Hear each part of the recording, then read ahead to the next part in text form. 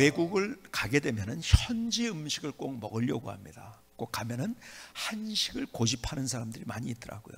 근데 약간 힘들어도 그래야지 그 간 가치가 있는 거예요. 왜냐하면 그 문화를 이해하고 그리고 거기에서 얻을 수 있는 것을 내가 얻기 때문에 사실 한식을 먹는 거, 어떤 사람은요 패키지 여행하다가 한식 안 주면 화를 내는 사람도 있더라고요. 근데 한식 먹으려면 그냥 오지 마시지 뭐 왜 왔어요, 그렇죠? 뭐 가끔은 필요하겠지만 그러나 계속 그걸 요구한다면 좀 그렇죠. 근데 제가요 오래전에 이제 미국을 집회를 가면서 이렇게 보면은요 식사 대접을 할 때 꼭 보면은 한식을 주는 거예요. 미국 갔는데 저는 미국 음식을 경험하고 싶은데요. 근데 나중에 알게 됐어요. 왜 한식을 먹는가 봤더니요, 한식당에 가면은 쉬워요. 왜냐하면 갈비탕을 시키면 갈비탕하고 거기 자기가 뭐 알아서 나오는 거예요, 그냥. 그렇죠?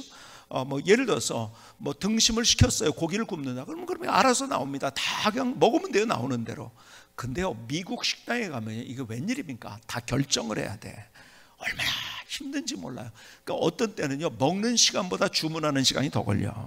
그래서 스테이크를 시켰어요. 예를 들어서 티본 스테이크를 시킵니다. 뭐 뉴욕 스테이크를 시킵니다. 스테이크 시키면 나오면 되잖아, 그렇죠?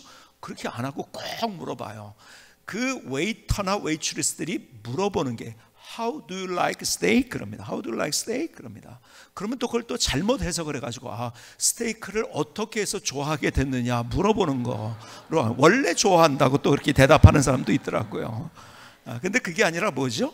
고기 굽기를 어떻게 해주냐를 그렇게 표현하는 거죠. 그러면 이제 자기가 선택을 해야 돼요. 뭐 레어다, 미디움이다, 웰단이다, 뭐 미디움 웰단이다, 뭐 이렇게 선택을 해요. 뭐 그것만 선택하면 괜찮죠. 그 다음에 빵이 나오잖아요. 그럼 빵이 나올 때 또 뭘 먹냐를 선택하는 거예요.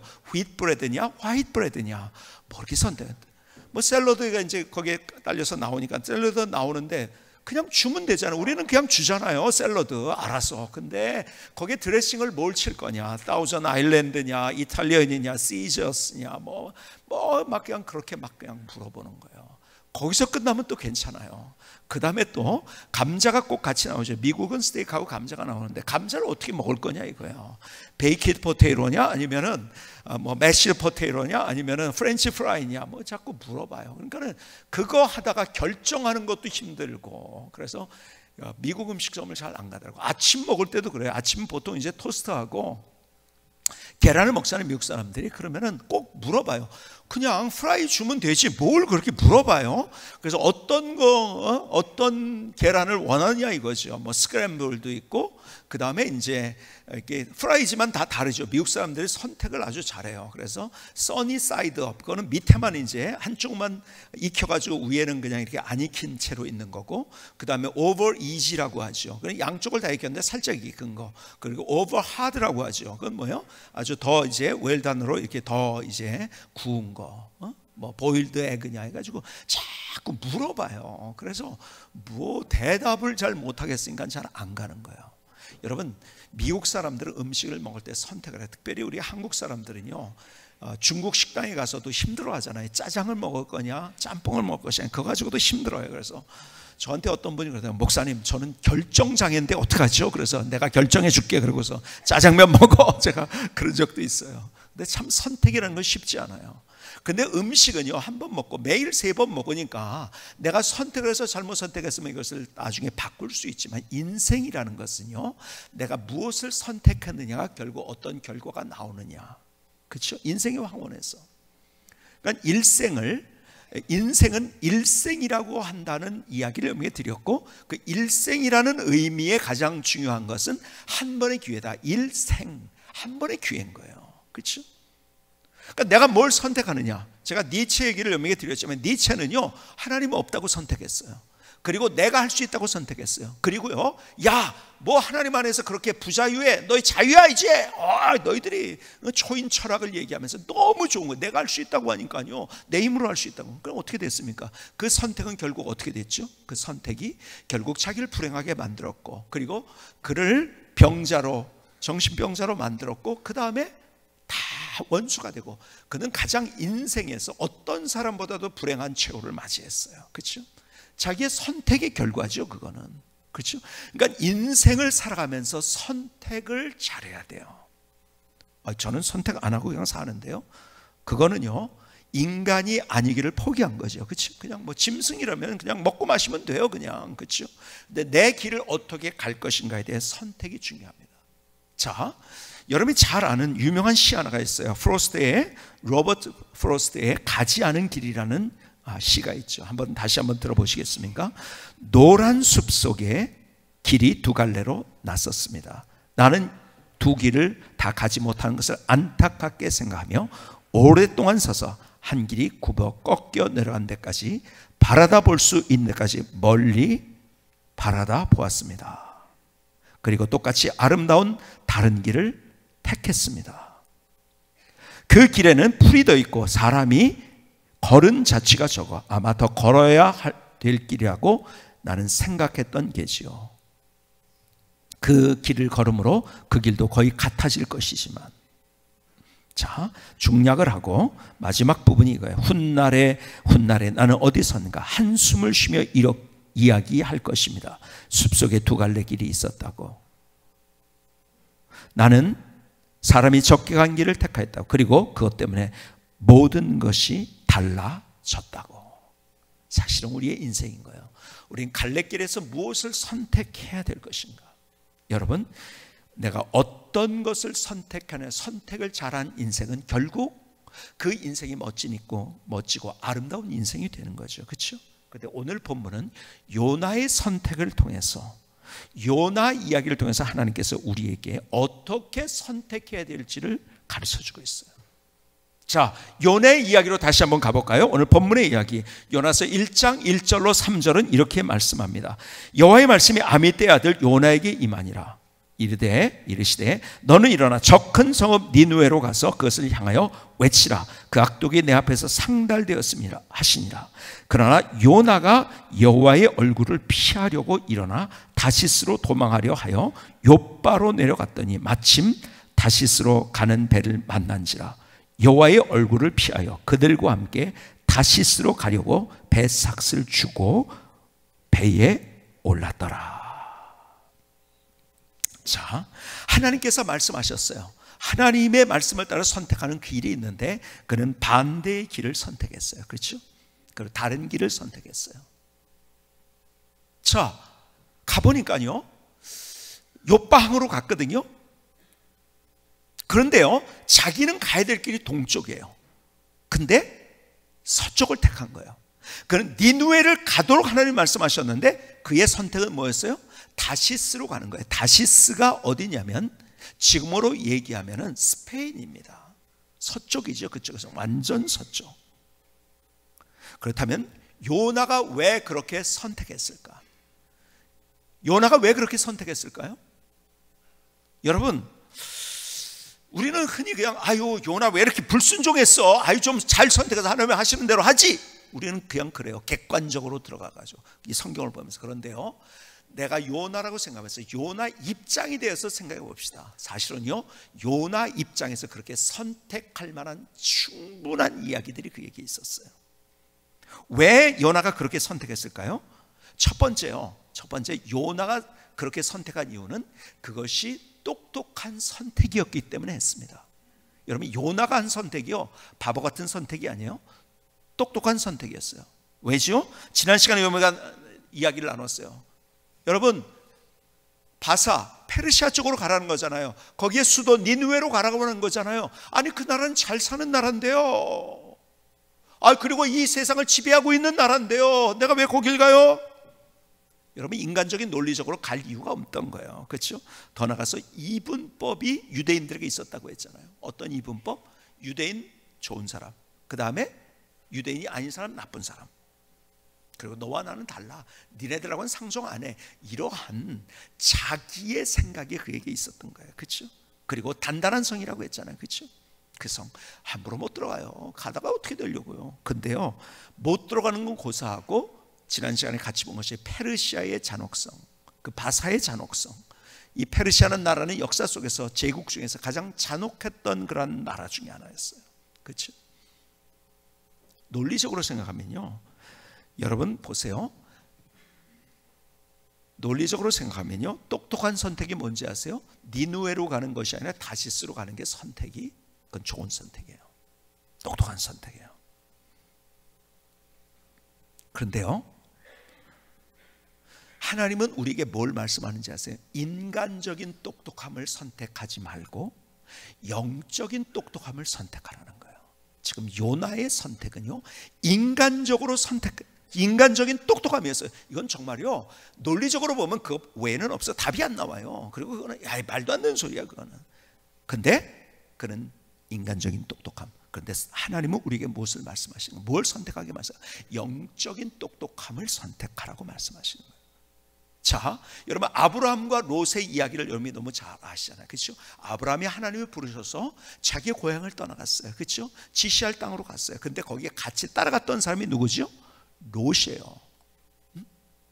그래서 그래서 어떤 분이요, 그 복권을, 로또를 그렇게 많이 사는 거예요. 자꾸 사가지고. 왜 이렇게 사냐고 그랬더니 성경에 로또가 나오는데요, 거기 보면 로또 따라갔더라, 로또. 그래서 산대요, 자기가. 근데 자 보세요, 롯이 같이 갔어요. 근데 같이 가서 복을 얻은 거예요, 이제는. 그래서 사업에, 지금으로 보면 사업에 성공하고 회사가 큰 회사가 되고, 그래서 거기에 이렇게 표현해요, 거부가 됐어요, 이제. 그러니까요, 거기에 함께하는 일하는 사람도 많았고 사람이 많아지니까요, 그 밑에서 일하던 사람들이 다투기 시작한 거예요. 막 다툽니다. 문제가 생기는 거야, 자꾸. 그러니까 신경 쓸 일이 너무 많이 생기죠. 그러니까 야, 이러다가 너하고 나하고 원수가 되겠다. 그러니까 우리가 좀 지역적으로 나눠 가지고서, 그래서 우리가 뭐 이제 삼촌, 우리의 친척의 관계 유지하지만은, 그러나 다른 사람들이 우리 때문에 싸우면 안 되니까 이렇게 좀 이렇게 우리가 지역을 나눠야겠다. 그랬을 때 롯은 어떻게 했는지 아세요? 창세기 13장 9절은 이렇게, 창세기 13장 10절은 이렇게 얘기합니다. 10절. 이에 롯이 눈을 들어 요단 지역을 바라본즉 소알까지 온 땅에 물이 넉넉하니 여호와께서 소돔과 고모라를 멸하시기 전이었으므로 여호와의 동산 같고 애굽 땅과 같았더라. 여호와의 동산, 에덴 동산 같고, 애굽은 그 당시에 가장 비옥한 곳이었거든요. 가장 비옥한, 나일강의 삼각주, 강들이 흐르면서 퇴적작용을 하고 거기서 언제나 뭘 심으면 잘 나는 그곳, 그리고 그곳은 물이 가득했던, 넉넉했던. 그러니까 광야와 이스라엘 지형은요, 그렇게 물이 있는 지역과 광야와 완전히 나누어지거든요. 그러니까 너무 좋은 데죠. 인간적으로 여기가 좋은데 거기를 선택하는, 똑똑하죠. 얘기하자면요, 굉장히 제일 똑똑한 선택을 했어요. 근데요, 인간적으로 아브라함은 바보 같은 선택을 했어요. 그는 이렇게 얘기합니다. 창세기 13장 9절입니다. 앞에, 내 앞에 온 땅이 있지 아니하냐. 나를 떠나가라. 내가 좌하면 나는 우하고 내가 우하면 나는 좌하리라. 바보 같은 거죠. 그렇죠? 아니, 그래도요, 자기가 선임이에요. 그리고 자기가 삼촌이에요.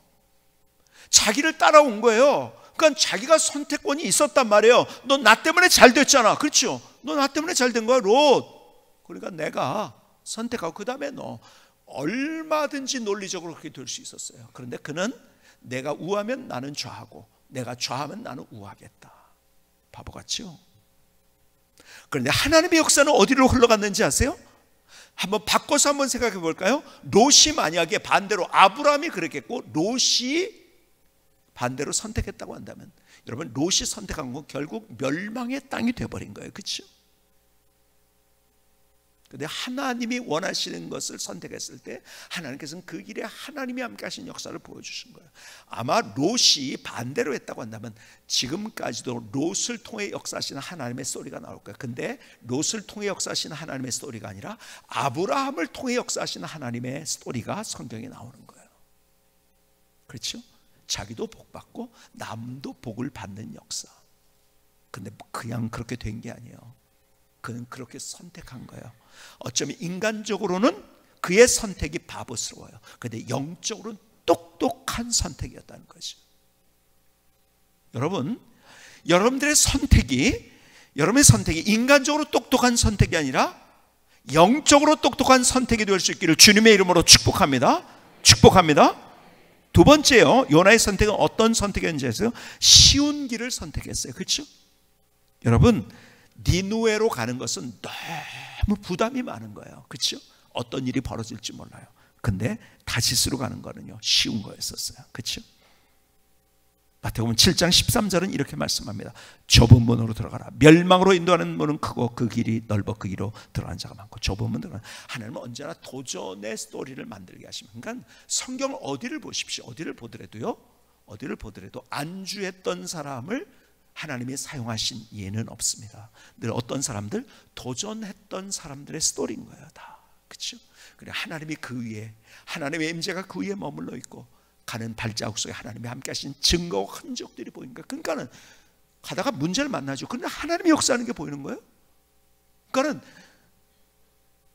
원수의 목전에서 상을 차려주시는 하나님의 역전의 멋진 드라마를 우리가 보는 거죠. 기가 막힌 하나님의 역사들. 그러니까 인생이 감동이 되는 거죠. 그리고 나도 복을 얻고 남도 복을 얻는 역사. 우리가 쉬운 길이 아니라 하나님이 원하시는 길, 어쩌면 그것은요, 저항도 많이 있을 수 있어요. 그럼 더 피곤할 수도 있어요, 인간적으로 볼 때.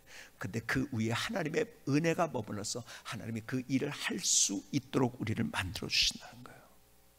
세 번째, 오늘 성경 읽다가 제가 발견한 것이 그거예요. 요나의 선택은요, 영어로 얘기하면 세렌디피티입니다. 세렌디피티가 뭔가? 우연히 발견하는 행운. 사전적 의미는 우리나라에 정확한 이거를 그냥 번역할 수 있는 단어가 없어요. 그래서 그냥 영어로. 근데 이 뜻이 뭐냐? 바라지도 않고 생각지도 않은 발견을 하는 능력 혹은 운 좋게 발견한 것. 거기에 걸려 넘어졌어요. 그게 뭔지 아세요? 자, 보세요. 오늘 요나서 1장 3절에 보니까 이렇게 얘기합니다. 그러나 요나가 여호와의 얼굴을 피하려고 일어나 다시스로 도망하려 하여 욥바로 내려갔더니 마침, 이 단어가 굉장히 중요합니다. 마침, 하필이면은 다시스로 가는 배를 만난지라 여호와의 얼굴을 피하려 그들과 함께 다시스로 가려고 뱃삭을 주고 배에 올랐더라. 여러분, 이때에 이스라엘의 가장 중요한 항구가 어디였냐면 욥바였습니다. 여러분, 성지순례를 가본 분은 알아요? 욥바 위에 더 유명한 항구 하나가 있어요. 그 항구는 가이사라라는 항구예요. 그건 예수님 때 있었던, 구약시대 때는 그 가이사라는 항구가 없었어요. 지금 그 가보신 분들은 알지만 거기에서 가이사라를 통해서 사도 바울이 마지막에 로마로 재판받기 위해서 배가 출항한 데가 가이사라는 데요. 그런데 그것은 누가 만드는 거냐면 그 로마 시대 때 헤롯 왕이, 여러분, 헤롯이요, 성경에 이제 나쁜 사람으로 나오지만요, 물론 좋은 사람은 아니지만 이 사람이 아주 대단한 사람인데 뭐에 대단하냐면요, 건축에 굉장히 대단한 사람이었었어요. 그래서 가이사라라는 도시, 그 다음에 가이사라 빌립보라는 도시, 이런 것들이 다 로마 시대에 만들어진 건데요, 그 도시들이 새로 만들어진 신도시였었죠. 항구도 그래서 가이사라는. 그런데 가이사라는 항구가 있기 전에 그 지금 구약 시대의 항구는 어디냐면 욥바예요, 욥바. 근데요, 그 당시에 뭐 사람이 많지 않아 가지고, 여러분, 거기서 스페인까지 누가 몇 명이나 가겠습니까? 배가 얼마 만에 뜰까요? 한 달 만에 뜰까요? 두 달 만에 뜰까요? 세 달 만에 뜰까요? 그런데요, 모르겠어요. 1년에 한 번 뜨는지 모르겠어요. 그런데 갔더니 마침, 아니, 야, 가만히 있어보자. 내가 니누웨로 가기 싫고 다시스로 가고 싶은데 마침 거기가 딱 온 거예요. 야, 이게 얼마나 행운인가. 야, 이거 맞아, 이렇게 가는 게 맞아. 그리고 갔다는 거예요. 자기가 만난 세란데페티, 이것에 끌려가지고 가버린 거예요. 야, 이런 배를 내가 예상하지 않았는데 우연히 가보니까 그건 거예요. 맞아, 가는 게 맞아. 그리고 스스로 생각했던 거죠. 여러분, 우리가 가면서요, 하나님의 일을 하면서 하나님의 원하는 일을 선택하는 것보다 내가 원하는 선택하는 것은 사실 여기에 걸려 넘어질 때가 우리가 너무 많다는 거. 그러나 아닌 건 아니라는 거죠. 그렇지? 더 나가서 네 번째, 요나의 선택은요, 작은 그림을 그렸기 때문에 가진 선택이었었어요. 뭐냐면 그는 유대인이라는 것, 그리고 자기 나라, 자기, 우리에 갇혀 있었어요. 우리만. 그러니까 하나님은요, 유대인만의 하나님이 아니고, 물론 하나님이 누구신지를 보여주시기 위해서 유대인들을 사용하셨지만, 그러나 성경은 구약서부터 신약까지 모든 곳에서 유대인의 하나님이 아니라는 이야기, 그리고 모든 족속과 민족과 나라와 방언들, 모든 사람들에게 사랑하시는 하나님이라는 사실. 근데 자기는 자기 민족에 갇혀 있는 거, 우리끼리. 여러분, 제가 늘 얘기하지만요, 우리는요, 우리끼리 갇혀 있어요. 그러니까 기도 제목을 우리가 갖는데도요, 그냥 우리 가정만 기도하는 사람이 있어요. 또 우리 아이 어디 합격하는 것만 위해서 기도하는 것. 물론 응답해 주겠죠. 그러나 거기를 벗어나지 못하면 그 다음에 더 큰 역사. 합격했지만 그 다음은 아무것도 아닌 거예요. 더 큰 것을 그릴 수 있어야 되는데, 우리 아이가 합격을 왜 하느냐, 이것까지. 그래서 그 아이가 믿음으로 자랄 뿐만 아니라 그 합격함으로 인해서 많은 사람들에게, 우리 교회 첫 번째 비전이 거잖아요. 이제 영향을 주고 감동을 주는 교회가 되게 해달라는 것이, 우리 각자 그렇게 된다는 거예요. 우리 이 아이가 자기 잘 되는 것이 아니라 다른 사람에게 영향을 주고 하나님이 누구신지를 보여줄 수 있는 그 아이가 되게 해달라고. 우리 가족만을 위해서 기도하는 것이 아니라 우리 가족 너머의 사람들을 생각할 줄 알고, 우리 교회만 잘 되는, 제가 늘 얘기하잖아요. 우리 교회만 잘 되면 한국 교회 절대 소망 없습니다. 다른 데가 다 무너지면 무슨 소용이 있어요? 함께 잘 돼요. 그래서 우리가 다른 교회도 바라볼 줄 알고, 우리가, 그러니까는 여러분들이 생각할 때 저를 위해서 기도해야죠. 저를 위해서 기도해야겠지만은요, 저만을 위해서가 아니라 다른 목사님들을 위해서도 여러분이 기도하셔야, 조금 더 우리의 그림이 커야 되는 거예요. 그게 성숙한 거예요. 그게 성숙한 거예요. 여러분 잘 보세요. 어릴 때 여러분이 이런 경험이 있으십니까? 아빠랑 아버지랑 목욕탕에 갔어요. 그런데요, 자기는 뜨거워가지고서 못 들어가는 거예요. 근데 아버지가 탁 들어가가지고, 어른들이 다 그러잖아. 딱 들어가더니, 시원하다, 시원해. 야, 시원해, 들어와. 그러면 그 아이 입장에서는 아버지가 왜 저럴까? 문제의식을 여러분이 가져본 적 있습니까? 자, 그 문제의식을 가진 사람이 사실은 어떤 면에서 천재성을 가진 사람이에요. 그 문제의식을 가져본 적이 있습니까? 이제서 조금 끄덕이시네요. 자꾸 문제의식을 갖는 게 중요합니다. 근데 어쨌든 우리는 어렸을 때 뭐라고 생각해요? 뜨거운데 시원하다는 게 말이 안 되는 거잖아요. 그렇죠? 근데 그 아이는 뜨겁고 시원한 거에 대한 단어가 단순하게 뜨겁냐 시원하냐 이것만 알고 있는 거죠. 그런데 어른 입장에서는 어떤 거죠? 어른이요, 여러 가지 문제도 만나고 힘든 일도 하고, 그 아이를 먹이기 위해서 노동도 하고 또 직장도 다니고 이러면서 스트레스도 받고 막 찌부둥하고 막 그러단 말이에요. 그런데 물속에 들어가니까 그 찌부둥한 것이 다 아주 뭐 그냥 안마를 받은 것처럼 그렇게 되는 거야. 그러니까 시원하다고 하는 거예요. 그렇죠? 진짜 애들 입장으로 볼 때는, 애들의 눈높이에서는, 애들의 그림으로는 그거는 거짓말이에요. 그렇죠?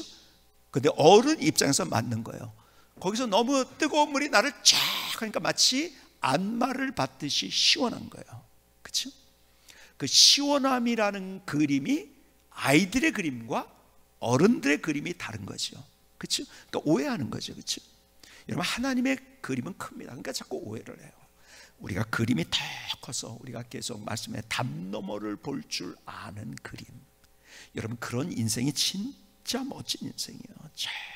정말 담 너머를 볼 줄 아는. 그러니까 우리 그림이 작으니까요, 아이를 양육하면서도 그림이 너무 작아요. 제가 이번에도 우리 아이들이 좀 많이, 제가 교육기관에 이래라 저래라 안 하는데, 제가 이번에 한번 우리가 아이들 좀 이렇게 좀 자꾸 이게 선교지를 안 가는 것 같다, 선교지를 갔으면 좋겠다 많이. 그래서 선교지를 가도록 제가 얘기를 했어요. 그런데 선교지를 못 가는 이유가 있어요. 왜 그럴까요? 학원 빠지니까. 그렇죠? 학원을 빠지니까요. 그거 얼마나 손해요? 그렇다고 몇 번 일주일 빠진다고 한 달치에서 깎아주나요, 학원이? 아이고, 돈도 손해야. 그리고 못 배운가 손해야. 그게 그림이 작은 거죠. 그 아이들이 선교지에 갔다 오면 제가 늘 경험하는 게 뭐냐면, 일단 아이들의 생각이 커집니다. 그래서요, 꿈이 생겨요. 그리고 그들이요, 공부 안 했던 애들이 공부해서 그래서 직접 제가 여러 사람에게 들었어요. 우리 아이가 선교지 갔다 오더니 아주 공부를 그렇게 열심히 한다고요. 여러분, 너무 자녀를 교육하면서 너무 그림이 작아. 그러니까 고3이 되면, 야, 너는 공부해야 돼. 내가 열심히 네가 할 예배 드릴 거 내가 2배 할 테니까 넌 공부해. 이거 바보 같은 거죠. 그렇죠? 그림이 작은 거죠. 여러분, 그래서 합격해도요 소용없어요. 그런 부모님도 몰라보고 그렇게 해서 공부한 아이들은 자기중심적인 아이가 되고 마는 거예요. 그러니까 늘 그 아이 때문에 기쁨이 아니라 늘 힘들죠. 분노하고. 아니요, 그림이 커야 돼요. 자녀를 양육하면서도 그러고요, 우리가요 우리의 생각을 넘어서는 것, 그러니까 하나님이 우리에게 뭔가를 말씀하실 때는 내가 시원한 것을 이해 못하는 어린아이 같다 할지라도 그럼에도 불구하고 하나님께서는 더 큰 그림이 있기 때문에 그 말씀을 우리가 주시는 거예요. 그래서 우리가 작은 그림을 포기해야 돼요. 자꾸 어떻게 큰 그림을, 그 담 너머를 볼 것인가. 그 담 너머를 볼. 그래서 결국 요나의 선택은 어떤 선택이 되는지 아세요? 하나님의 말씀보다 내 말이 맞다는 확신, 강한 확신, 정말 강한 확신. 그러니까 우리가요, 하나님은 우리에게 뭐라고 말씀하세요? 나누라고 말씀하세요. 근데요, 우리가 아무리 계산을 해봐도 그렇고 그림을 그려봐도 나누는 것은 내 손해야. 안 되죠. 어떻게 나눕니까? 그렇죠? 근데 하나님은 나누라고 말씀하세요. 그리고 나누는 삶을 통해서 하나님이 누구신지를 보여준 거예요. 용서하라고. 저 같은 저런 사람을 어떻게 용서해요? 아니요. 그게 내게 복이 된다는 걸 주님이 아시기 때문에. 사람들이 자꾸 높이를 얘기해요. 자꾸 높이를. 그러니까 나도 모르게 높이를 먼저, 아니 깊이를 먼저 말씀하시는데, 먼저 손을 내밀라고 말씀하세요. 내가 왜 손을 내밀어요? 미쳤죠, 그거는. 인간적으로 생각하면 미쳤죠. 진짜 바보 같은 거죠. 그런데 바보 같은 것을 선택하라고 주님께서 우리에게 말씀하시는 거예요. 우리의 삶 가운데에서 가만히 보면 내가 열심히 교회를 다녀, 그리고 봉사도 해, 교회 빠지도 않아. 그렇기 때문에 나는 하나님 앞에 순종했다고 생각하는데, 그럼에도 불구하고 삶의 구석구석에서는 우리가 불순종하는 나의 모습들, 잘못된 선택으로. 그래서 열심히 신앙생활하는 것 같은데, 그럼에도 불구하고 하나님이 누구신지를 삶 속에서 경험을 못하는 거예요. 오늘 다시 하나님이 내게 무엇을 말씀하시는가, 오늘 깊은 여름의 마음속에 주시는 주님의 음성을 들을 수 있기를 주님의 이름으로 축복합니다. 오늘 말씀송 대신에 우리 학생들이 캄보디아를 가는데, 캄보디아 가는 아이들이 같이 오늘 찬양을 통해서 하나님 앞에 영광 돌립니다. 너무 귀한 아이들이에요. 박수로 뜨겁게 하나님 앞에 영광 돌립시다.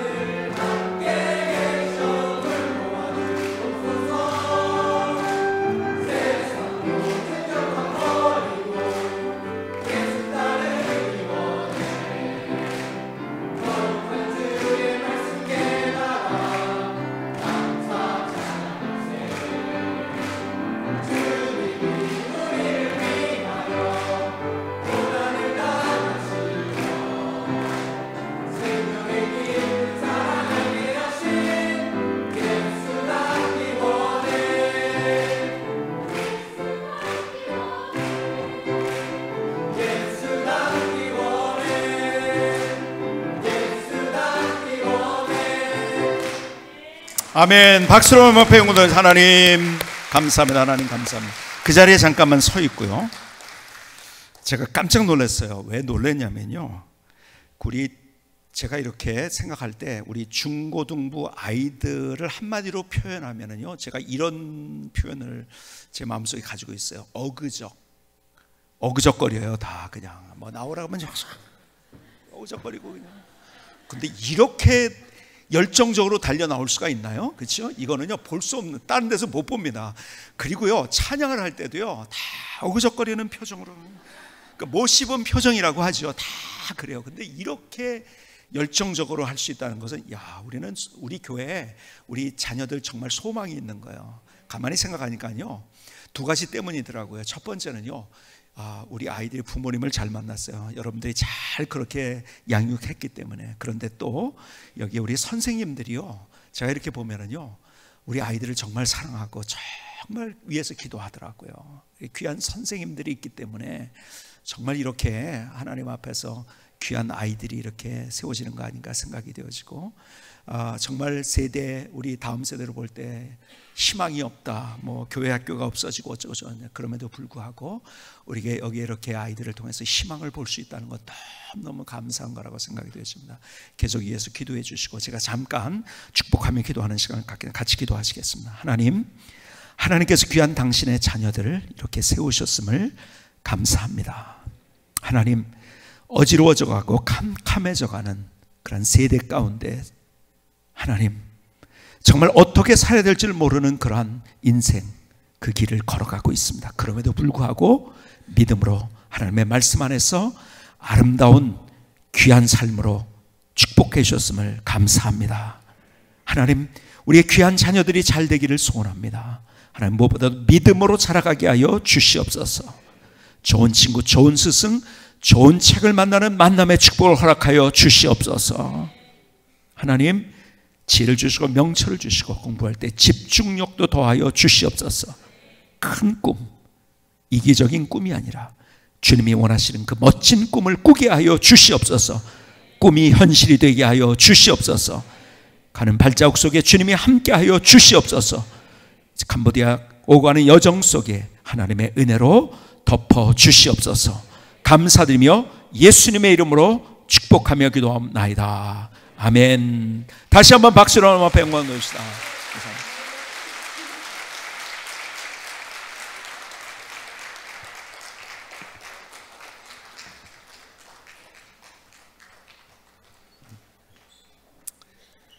보통 나갈 때도 이렇게 보면 딴 데서는요, 자기 마음대로 나가요. 근데 이렇게 절도 있게 나가는 거는요, 이게 뭔가 정말 다른 사람도 배려하고, 그리고 인생을 어떻게 세울까 하는 것에 대한 생각이 있다는 게 다 여기 나타나는 거예요. 그래서 너무 감사하죠. 계속 우리 여러분들이 교육기관을 위해서, 우리 교회 교육기관 선생님들이 정말 대단합니다. 정말 귀한 분들이 많아가지고 우리 아이들을 이렇게 잘 양육할 수 있다는 게 너무 감사합니다. 한 2주 전에 제가 한 분을 만났어요. 그분의 이름이 벤 토레이라는 분이에요. 벤 토레이는 누구냐면, 유명한 아버지가 누구냐면 우리나라의 예수원, 대부분 많이 아실 거예요. 예수원을 설립한 대천덕 신부님입니다. 신부님이라고 하니까 캐톨릭의 신부인지 아는데 그게 아니고, 성공회에서는 개신교지만은, 성경은 개신교지만은 그러나 신부님이라고 부르죠. 이렇게 어쨌든 그게 아버지가 그 유명한 대천덕 신부님, 우리나라에 영성을 깨워주신 귀한 분이시요. 정말 귀한 분이에요. 근데 할아버지도 대단한 분이에요. 할아버지가 누구냐면, 제가 벤토이를 만났는데 아버지는 대천덕 신부님이고 할아버지는 토레이 2세인데요 원래 중국 선교사님이었어요. 그러다가 어디로 왔냐면 한국에 오셔가지고 한국에서 장애인들과 특별히 고아들을 위해서 사역했던 귀한 선교사님이 있어요. 할아버지가 그렇죠. 근데 또 증조 할아버지가 대단합니다. 이분의 증조 할아버지가 누구냐면 토레이 1세예요. 이분이 좀 뛰어난 분이었었어요. 뛰어난 분이었고, 그리고 믿음의 사람이었고, 그래서 이제 어떤 학문적인 거나 믿음이나 이것이 뛰어났기 때문에 그 당시에 누가 활동했던 시대냐면 무디가 활동했던 시대에 무디가 같이 일을 하자 그래서요, 무디와 함께 동역했던 귀한 분이에요. 이 토레의 1세가. 그래서 무디 신학교의 초대 학장을 지내셨습니다. 대단한 분이죠, 아주. 그런데요, 그러니까는 제가 만났던 벤 토레이의 증조 할아버지가 같이 무디랑 사역을 했잖아요. 무디가 얼마나 대단합니까, 그렇죠? 지금도 D.L. 무디 하면 대단한 사람을 우리가 알고 있는데 그 시대를 깨운 사람이고, 그리고 우리나라에 미국에서 선교사님들이 많이 들어왔는데요, 그 선교사님이 들어올 때 왜 들어왔게 됐는가의 1차적인 이유 중에 하나가 누구에게 도전을 받았냐면 무디에게 도전을 받았던 거예요. 그래서 초기 우리나라에 왔던 우리 선교사님들이 누구에게 도전을 받았냐면 무디에게 도전을 받아가지고 우리나라에게도 지대한 영향을 준 분이 무디라는 분이죠. 하나님은, 그러니까는 그 사람은 원래 처음에 배운 것도 없던 사람이잖아요, 그렇죠?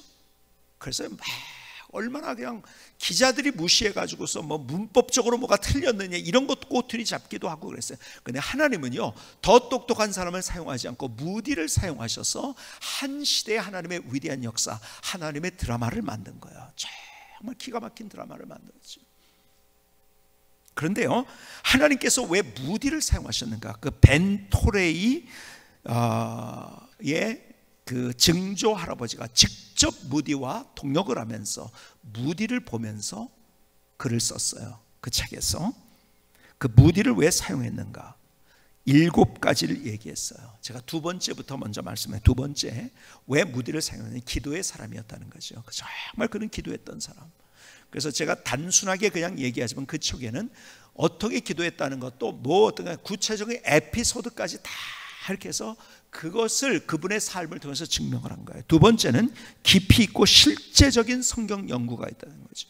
성경을 깊이 연구했을 뿐만 아니라 연구를 위한 연구를 한 것이 아니고 내가 삶에 어떻게 적용할까를 생각하면서 연구했던 사람. 네 번째는 겸손한 사람.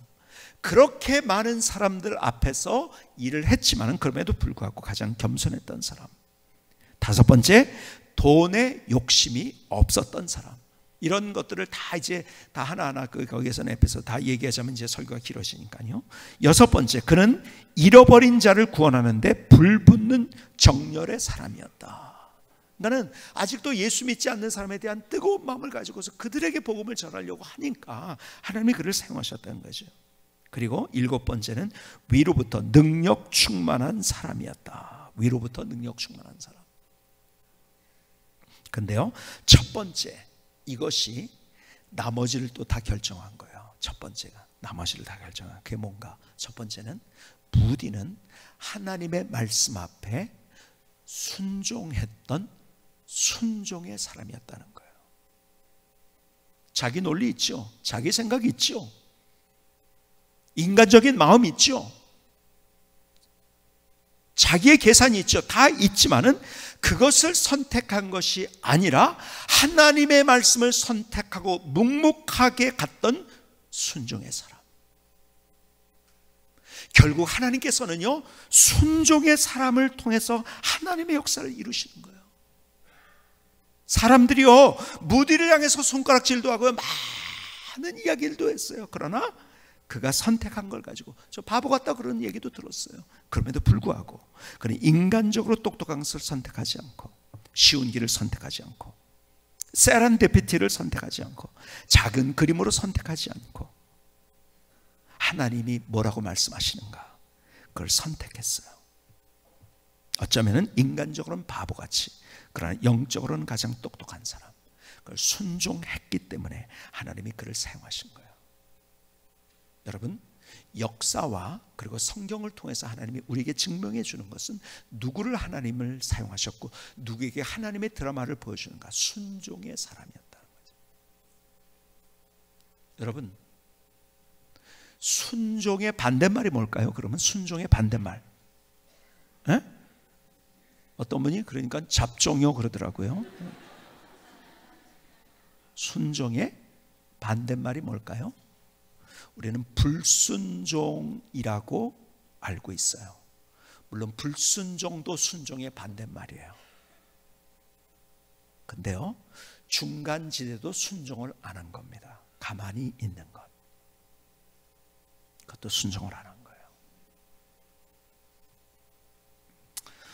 저는요, 우리 교회가, 그리고 우리 여러분 모두가 하나님을 경험하는 교회, 그리고 하나님을 경험하는 우리 모두의 삶이 되길 원하는 것이 제 목회를 하면서 최고의 소원이기도 해요.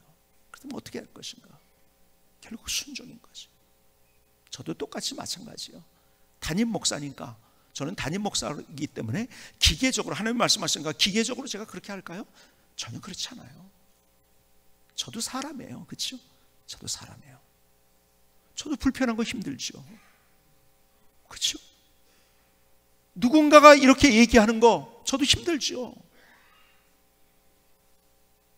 가다가 저거 분명히 힘든 일을 만날 때 그거 저도 다 보지요. 그러니까 나도 모르게 자연스럽게 우리는 어디를 가느냐? 순종의 반대로, 아니면 가만히 있든지 아니면은 딴 길로 가든지. 저도 마찬가지예요. 그래서 하나님 앞에서 내가 정말 하나님이 원하는 그 길을 가고 있는가, 또 우리 교회가 하나님이 원하시는 길을 가고 있는가, 그리고 우리 모두가 함께 하나님이 원하시는 그 길을 가고 있는가. 그 길을 갈 때 어쩌면 그건 도전이고 힘들고 인간적으로 때 어려운 것 같지만, 그러나 그런 사람들 중에서 하나님이 누구신가를 보여주시고, 야, 하나님이 나를 이렇게 인도하셨어. 나 때문에 내가 하나님을 경험할 뿐만 아니라 나 때문에 내 주변에 있는 사람까지 복을 얻는 하나님의 역사. 오늘 다시 내가 무엇을 지금 선택하고 그것을 따라가고 있는가? 오늘 주님께서 내게 주신 음성을 들으며 오늘 다시 주님 안에서 새로운 결단으로 설 수 있는 귀한 자리가 될 수 있기를 주님의 이름으로 축복합니다. 기도하시겠습니다.